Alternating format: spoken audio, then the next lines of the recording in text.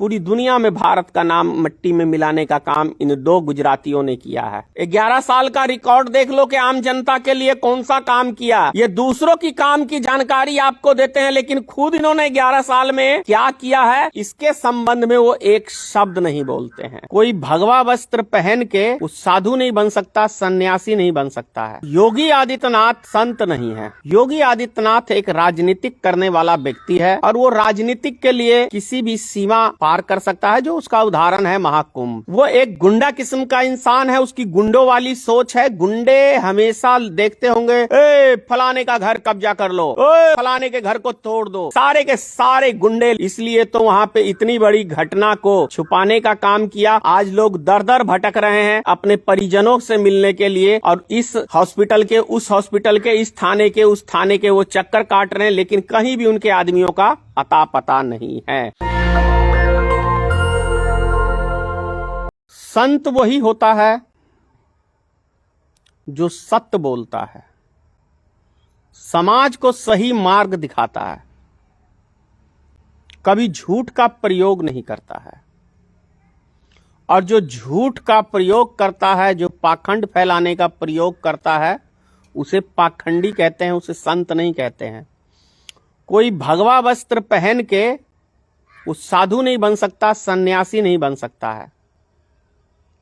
अगर कपड़े बदलने से कोई साधु सन्यासी और दाढ़ी बढ़ाने से कोई साधु सन्यासी बन जाए, तो हर व्यक्ति दाढ़ी बढ़ा लेगा, भगवा वस्त्र पहन लेगा, और आप समझ ही सकते हैं। उसी तरीके से योगी आदित्यनाथ संत नहीं है। योगी आदित्यनाथ एक राजनीतिक करने वाला व्यक्ति है और वो राजनीतिक के लिए किसी भी सीमा पार कर सकता है, जो उसका उदाहरण है महाकुंभ। वो एक गुंडा किस्म का इंसान है, उसकी गुंडों वाली सोच है। गुंडे हमेशा देखते होंगे ए फलाने का घर कब्जा कर लो, ए फलाने के घर को तोड़ दो, चलो फलाने के घर के सामान को फेंक दो। आपने बहुत सारी फिल्मों में भी ये चीज देखा होगा, अब बहुत सारे फिल्मों में भी आपको दिखाया गया होगा साधु संत का चोला पहन के लोग क्या क्या कर्म करते हैं।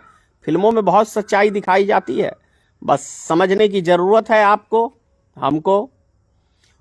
आप योगी आदित्यनाथ के ऊपर कितने मुकदमे थे? 44 मुकदमे थे जब वो मुख्यमंत्री नहीं था। क्यों थे? आप इसका अंदाजा लगा सकते हैं, क्योंकि वो उसने गुंडागिर्दी वाले सारे काम किए थे, जो एक मुख्यमंत्री बनने के बाद तो वो खुल के गुंडागर्दी करने लगा, लोगों का घर तोड़ने लगा, लोगों को गोली मरवाने लगा।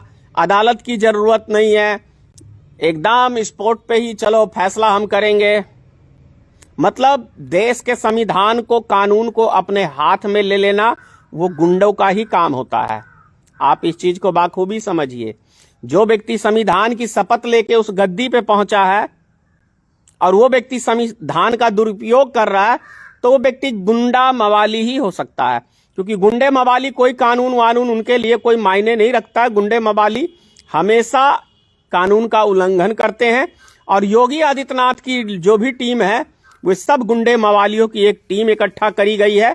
चाहे वो इलाहाबाद प्रयागराज के एसपी हो, डीएसपी हो, वहां के डीएम हो, जो सब हैं वो सारे के सारे गुंडे। इसलिए तो वहां पे इतनी बड़ी घटना को छुपाने का काम किया। आज लोग दर दर भटक रहे हैं अपने परिजनों से मिलने के लिए, और इस हॉस्पिटल के उस हॉस्पिटल के, इस थाने के उस थाने के वो चक्कर काट रहे हैं, लेकिन कहीं भी उनके आदमियों का अता पता नहीं है। तो व्यवस्था क्या हुई इलाहाबाद के अंदर, प्रयागराज के अंदर, ये हम आप तमाम देश के लोग, पूरी दुनिया के लोग ये देखते हैं कि क्या हाल चाल है। तो भाई संभलिए ऐसे गुंडे मवाली बदमाशों से। और दिल्ली में 5 तारीख को चुनाव है। मैं दिल्ली वासियों से निवेदन करता हूं कि 2 भारत के गुजराती टपोरी खूब फेंक रहे हैं भाई दिल्ली में। इस फेंकूराम के झांसे में मत आना, क्योंकि इस फेंकूराम का 11 साल का रिकॉर्ड देख लो कि आम जनता के लिए कौन सा काम किया।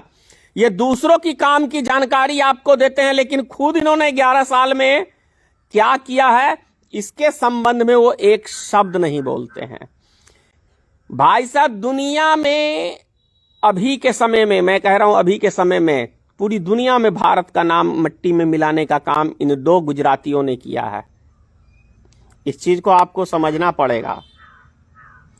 और क्या कहते हैं, केजरीवाल को बदनाम करने के लिए कितने पाखंड चलाए, कितने मनीष सिसोदिया, संजय सिंह, सबको उठा के अंदर डाल दिया भाई साहब।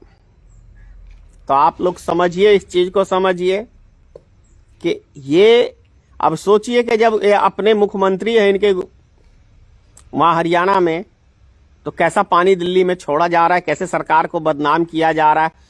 भाई साहब, मणिपुर के विषय में कभी भारतीय जनता पार्टी ने, मोदी ने कुछ कहा कि वहां तो डबल इंजन की सरकार है, वहां की स्थिति क्या है?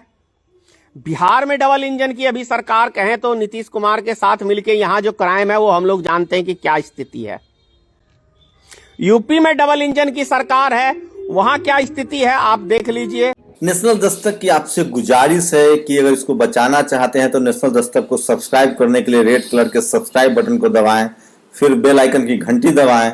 नेशनल दस्तक को बचाने के लिए बहुत जरूरी है कि हर खबर को शेयर करें, लाइक करें, कमेंट जरूर करें।